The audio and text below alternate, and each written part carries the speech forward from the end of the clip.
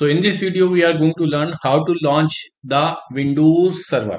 Okay, because in the last video we discussed how to launch the Amazon Linux and how to launch the RHL one. Okay, but now we are going to learn and launch the Windows server, and then after we will try to connect with the Windows server. So click on the EC2 dashboard again, and you can see it's a 0. Running instance is 0. Again click on this one, go to the launch instance, and here again you need to give the name, so you can type any name. So again I use the same name, the server. Scroll down, and here you need to select the Windows. Okay, before this we select the Amazon Linux and we selected the Red Hat one, but now we are going to work on the graphical mode.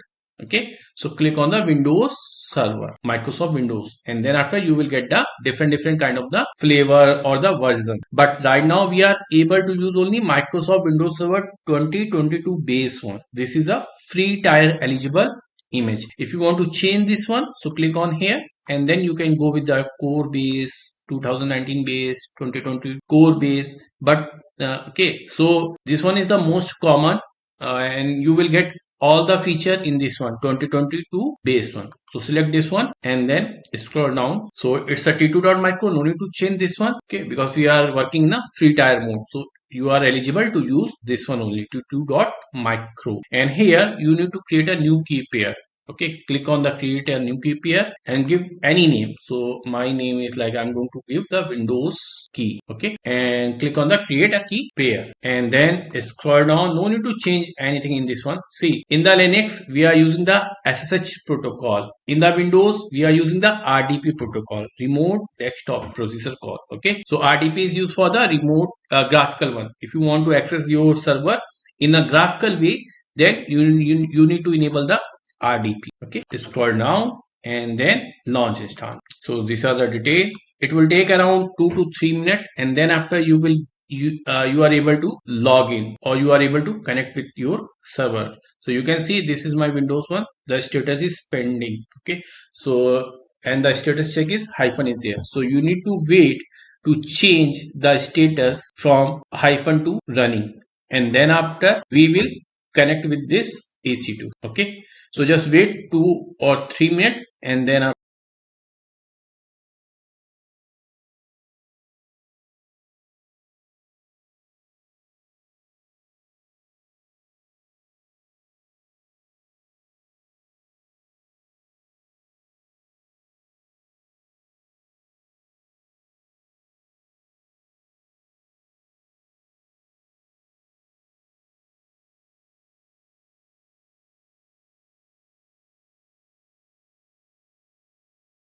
okay, now you can see the status is changed from hyphen to 2x2 check path. Once you get this one, it means your server is ready and you can select or you can connect with this. So click on this one.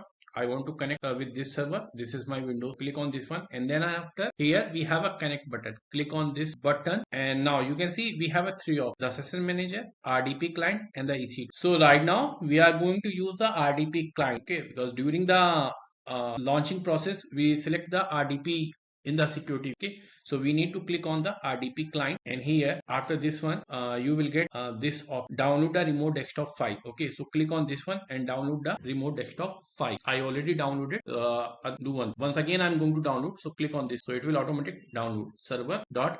And then for getting the password we have this option password, and click on the get password. Without password you are not able to connect, or you are not able to log in the, so click on the get path. Here you need to upload the private key file. So we have a key file, the name is Windows key file, which I created. Click on the upload private file. This is my, select that one, and after that scroll down, and here you can get this option decrypt pass. Click on this, and this is your pass.